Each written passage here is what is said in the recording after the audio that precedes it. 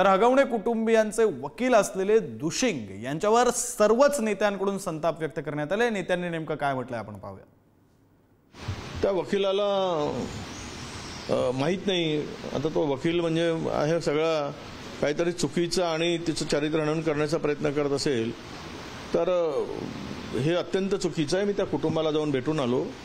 त्यातील फोटो जे पाहिलेत प्रचंड मोठमोठे व्रण मारण्याचे, त्याच्या हाताला सूज होती। आता आरोपीला वाचवण्यासाठी एखाद्या पोरीचं असं आयुष्य उद्ध्वस्त झालं, तिचा जीव गेला, त्या संदर्भात वकिलांची भूमिका थोडी तरी सत्याची असावी।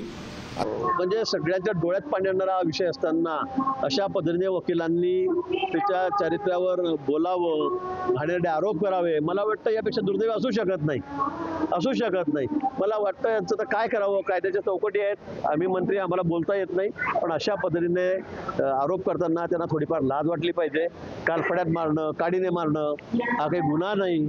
मला वाटतं त्यांनाही मुली असतील।